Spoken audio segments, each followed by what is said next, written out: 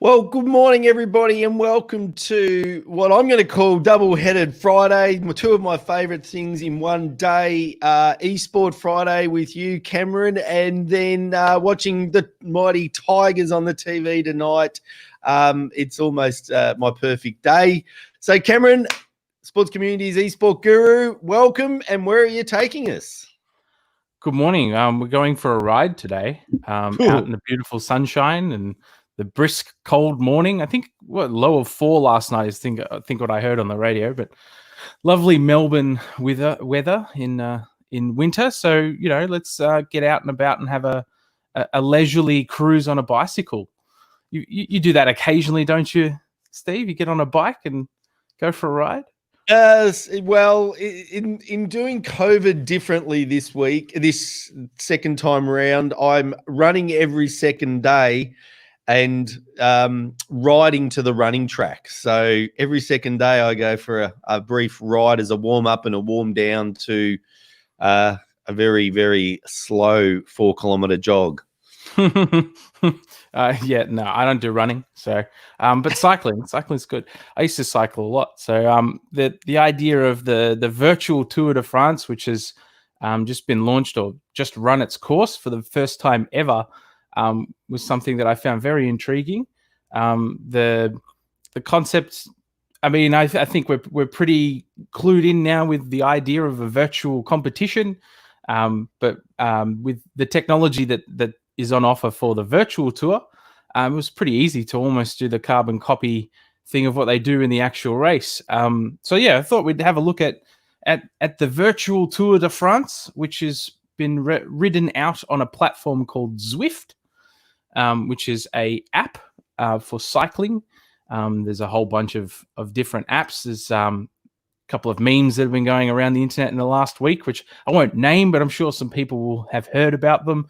The Brighton, for example, if you've heard about that was done on a cycling app very similar to Zwift, which was just somebody going out and cycling every single street of Brighton. But it's something you can also do virtually. So let's have a look at it, right? The concept is easy. It's going for a ride, right? But how does it work?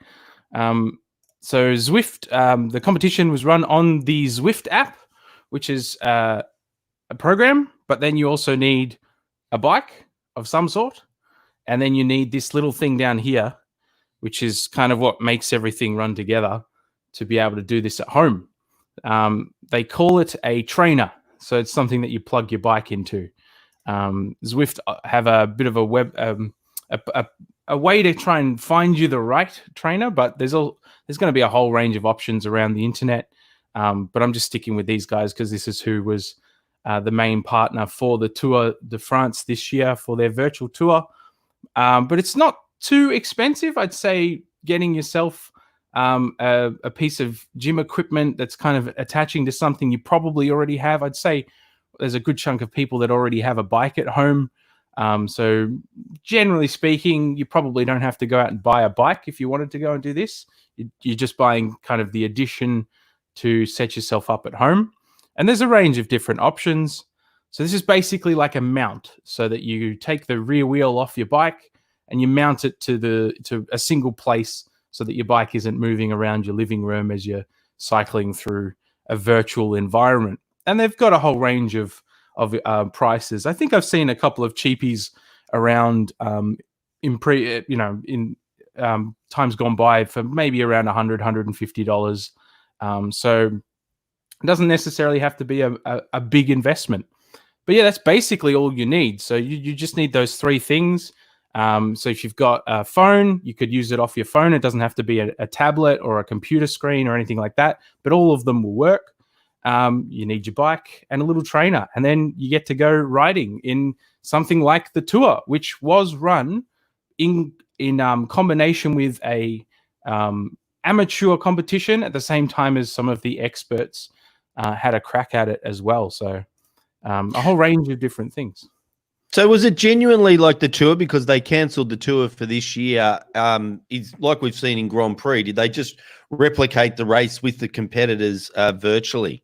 So what they did, they kind of took a slightly different angle to it. I think they, instead of having it like a day-to-day kind of approach where they ran through the entire course, because I think the tour is almost a month long. Like it's quite a long competition.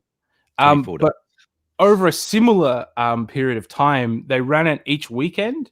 And I think I've got the where was it? Too many tabs.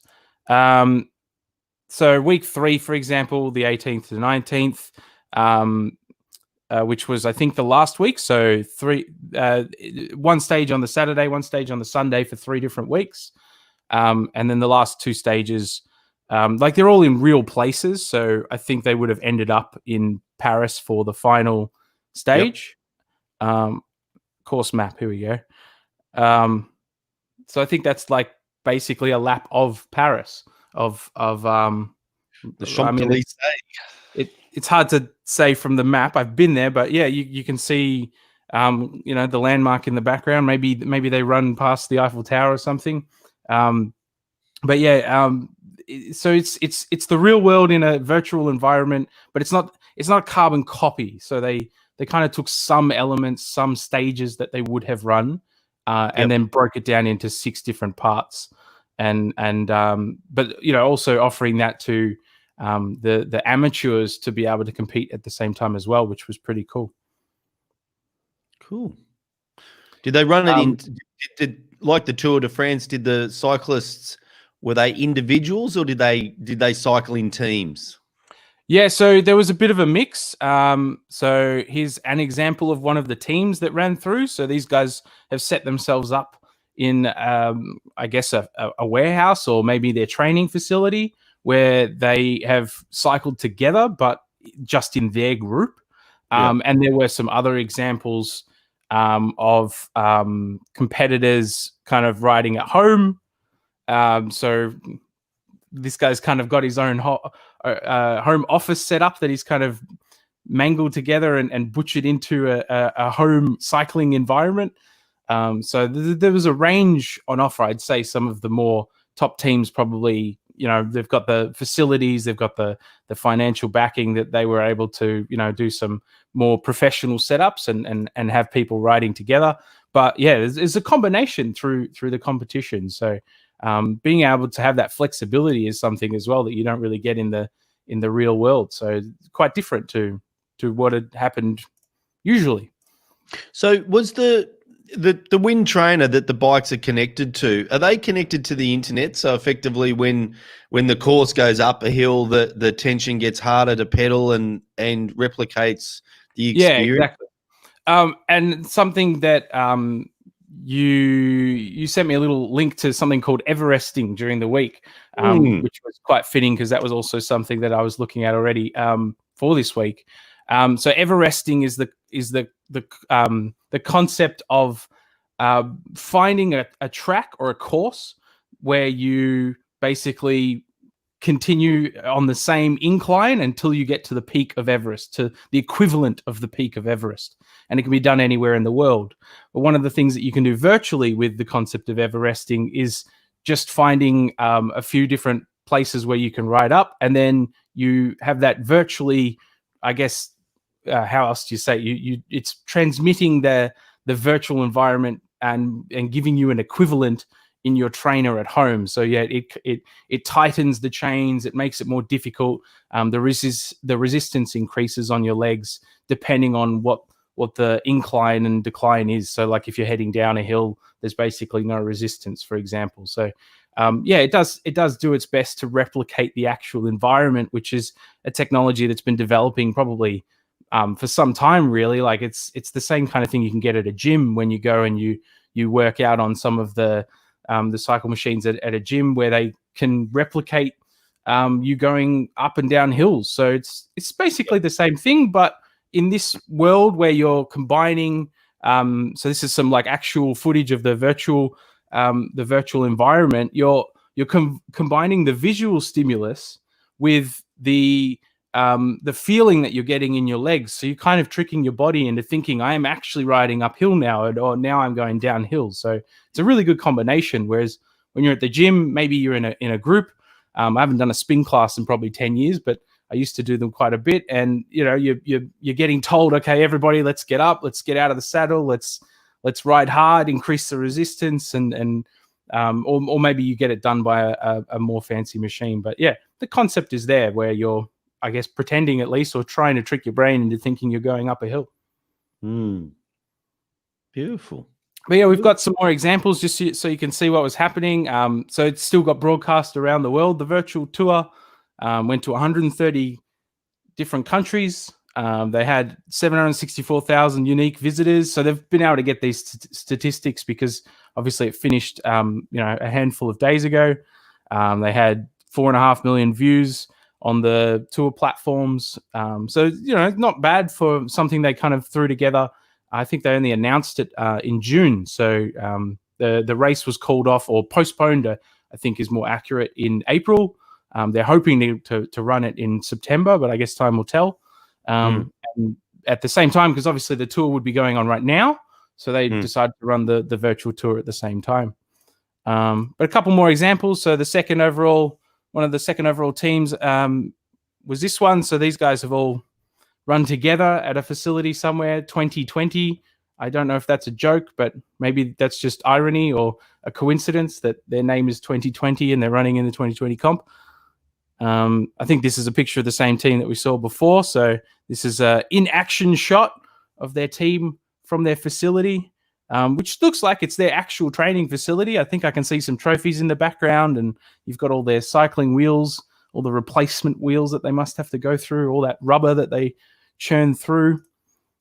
And here's an example of somebody who's not a competitor, but an amateur running in the same competition at the same time. So running in the amateur version of it. And I think there's a culture of following the tour from your own home. Sorry, not from your own home. So there's people who will race the tour or ride the tour around France themselves, either ahead or after the race goes through each stage. So I think that maybe some people might do it ahead of time, and then they're probably the people you see all over the road waving the flags and being crazy and running alongside some of the riders as they go. So a whole range of different types of people competing and gaining access to the competition from all walks of life, which is really cool. It's showing how the technology can make it accessible and engaging to just about anybody around the world.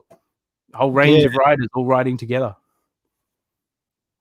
How did I miss that the Tour de France had gone viral? A surprising, compelling, and this is it, isn't it? A surprisingly compelling watch and a great mix of sport and technology while raising money for 5 charities. So I think that almost sums up my whole experience we're expanding from gaming to virtual to sport. I'm not sure what we call what we're doing now, but it's a surprisingly compelling mix of the traditional and the virtual, and that's what I really enjoyed about our discussions on Friday, Cam. Yeah, it's quite an interesting world, and obviously a lot of things have changed with COVID. It's drawn our attention a little bit more to it and opened the eyes of a lot of people. And it's really cool that some of these events are happening now when the technology, for example, for the tour has been there to do it virtually. I'm really hoping that this is something they continue to do in the years to come so that they can really engage with a different audience where they'll run the real tour, they'll get out there on the roads, but then here in Australia, you could have a virtual competition almost in sync with the actual race running in France. So I think it's really cool and a sign of the times that are coming that more virtual events are going to happen and that they're going to be kind of run alongside the actual events, which is really cool. Indeed. Anything else before we head off for the week, Cam? Yeah, I just had one more thing. There was a question or a comment last week about the pentathlon and their virtual event. I did a little bit of research, but it was actually quite a difficult thing to find, what's actually happening.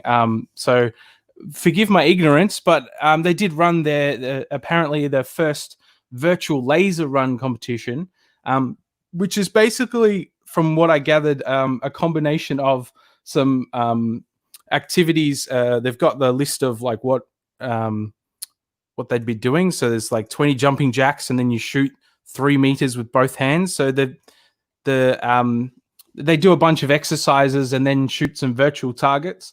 But I couldn't find a lot of examples of the actual competition running, which was a little disappointing. But it's great to see that like it's happening. But I did find it quite interesting. There was a little bit of a I guess a transition. The technology has obviously evolved around the laser targets.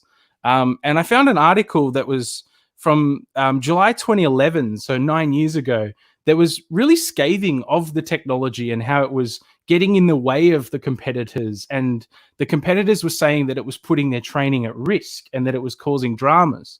So it's interesting that it's come from that element where people were quite, I guess, standoffish with the new technology, whereas now we're running, you know, a virtual worldwide competition where everyone's engaging and it's making it more accessible.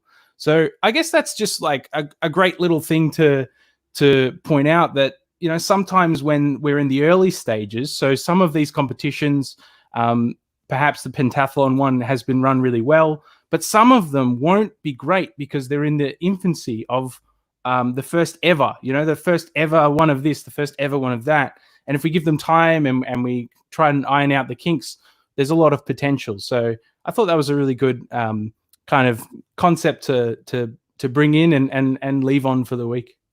Well, and just on that, there's the flip side to that, though, that a lot of people are, and we see this all the time in our work we do with the clubs, that a lot of people are just naturally resistant to change, particularly when it's such a fundamental thing, that movement from one paradigm to another, which is kind of what virtual is in one regard.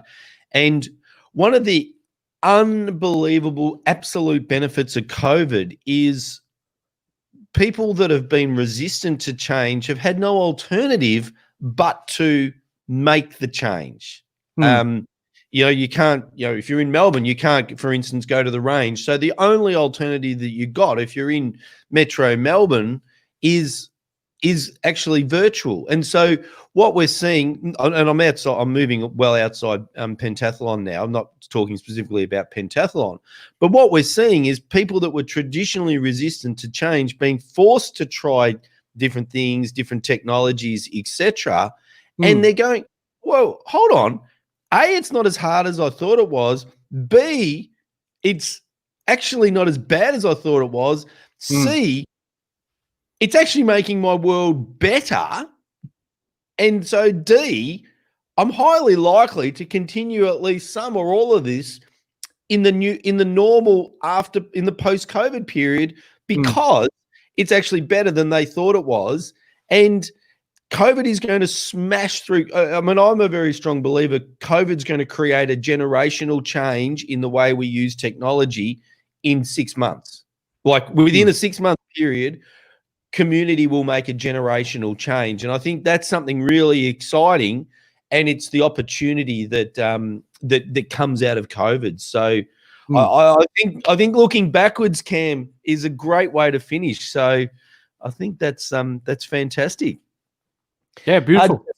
Just before we go, just very quickly, how's the feedback from your mum? Anything coming through on over the last couple of weeks? Yeah, no, absolutely. Had some great conversations with mum. She very importantly wanted to hear what your mum has been saying. Social isolating, Cam. I haven't gone around there, and and my mum's more of a face-to-face. No. I haven't had any feedback, although somehow or other I did end up in the local magazine from one of our good friends, Joe Novella, publishing an article, and fair to say she had a fair bit to say about the article and the photo, the full page photo that accompanied it. So so the feedback's always good. So on that, if we're talking about our mums, it must be time to go. So Cam, great another episode. Well done. To everyone else, thank you very much for being part of our sports community.